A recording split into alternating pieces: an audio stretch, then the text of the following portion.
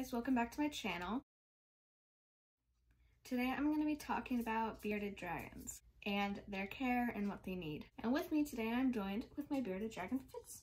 This is Fitz. She is my 1-year-old bearded dragon. You may have seen her in one of my other videos, but yeah, this is Fitz. She will be joining me for this video. So first I'm going to talk about what your bearded dragon needs. For their heat and their lamps, they will need a CHE light. These give off no color, but give off heat, which represents where they're from, which is the desert. Then they will need a basking light. A basking light gives off a yellowish color and heat, which represents the sun to them. And the last light you'll need is a white light. This is also called a day lamp. It just gives off a white light, which kind of fills up the tank with more colorful and brighter. You good? Okay, she's good. Now they will need 3 bowls. I have 2 rock bowls in her bowl, 1 for water and 1 for veggies. Then I have this cute little blue bowl that I got from Dollar Tree that I use for her bugs so they can't escape. Then they will need a spray bottle filled with water. They need live bugs for food.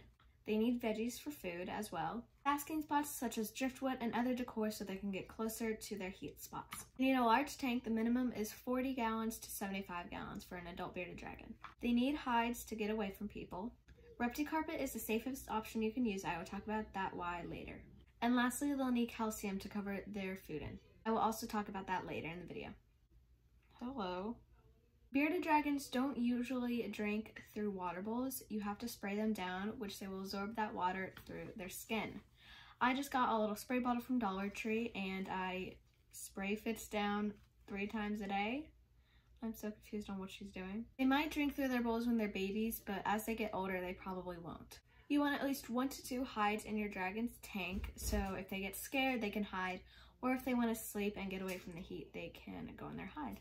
You cannot keep your bearded dragon in a 10-gallon tank for more than a year. Once you get your bearded dragon as a baby, you can keep that dragon in a 10-gallon tank for less than 6 months. Keep it in a small tank for long. Bearded dragons grow at a very quick rate. If you do get a 10-gallon, you need to be prepared to upgrade that tank every 6 months.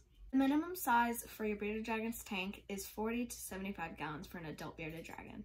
Now for substrate, you don't want to use sand in your bearded dragon's tank. Although the pet store might recommend that to you and tank kits might come with that, that is not safe for your bearded dragon.